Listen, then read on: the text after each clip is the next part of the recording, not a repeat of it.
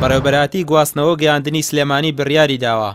باوکاری کۆمپانیایەکی کەتی تایبەت پرۆژەی پاسی شەوانە لە ناو شاری سلێمانی جێبەجێ بکات و لە کاتژمێر 6 بەیانیەوە تاوەکو 2 شەو لە ناو شاری سلێمانی پاس کار بکات. لە هەمان کاتدا بۆ ڕێخستنەوەی ناو شاری سلێمانی بڕیاریان داوە کار بە ڕێنماییەکەی وەزارەتی ناوخۆ بکەن و تەکسی ناو شاریش ڕێک بخەنەوە.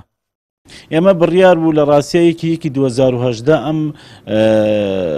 کارە بچووە بواری جێبەجێکردنەوەم پرۆژە، بەڵام بەداخەوە ئێمە لە هەرێمی کوردستانە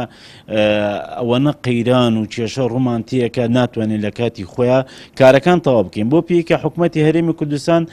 لە قەیرانێکی دارایی زۆر قورسایە و ناتوانێت خۆی پاس بکرێت و بێنێتە ناوشارەوە ئیشی پێ بکات. لەبەرەوەی ئێمە پەنامان بردوۆتە بەر کەرتی تایبەت بۆ ئەوەی کە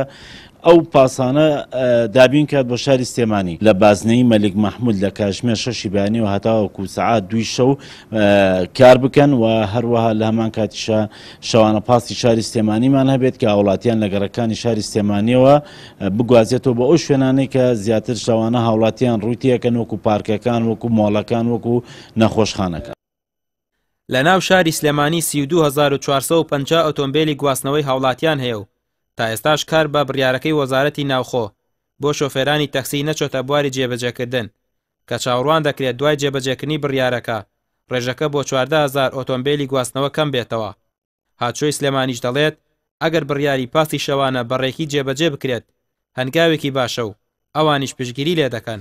دەستنیشانکردنی ئەم پاسانەوە جوڵەی بەردەوامیان بە ڕۆژ و شەو لە شەقامی بازرگانی مەلیک مەحموود یەکێکە لە کارە باشەکان و پێویستە هاوڵاتیانیش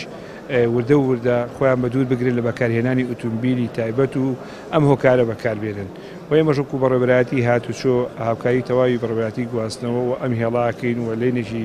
تایبەتیش بەپێی بەرنامە کە دەستنیشان کرا و لێنێکیان بۆ دەستنیشان کرد لە وڵاتانی پێشکەوتوشە بەو شێوەیە کە لە کات و ساتی خۆیان ئەم پاسانە بگەنە جێی مەبەست. لە ناو شاری سلێمانی ڕۆژانە 350,000 کەس هۆکارەکانی گواستنەوەی گشتی بەکاردێن و پێشنیاریش دەکرێت هاوڵاتیان کەمتر ئۆتۆمبیلی خۆیان بەکاربێنن بۆ ئەوەی قەرەباڵقی ناوشاری سلێمانی کەم بێتەوە. بەڵام جارێ ئەوە ڕوون نییە ئەگەر پرۆژەی پاسی شەوانە شکست بێنێت کۆمپانیای جێبەجێکار و حکومەت ئەو کاتە قسەیان چی دەبێت؟ ڕامیار عوسمان، کەناڵی ئاسمانی پەیام، سلێمانی.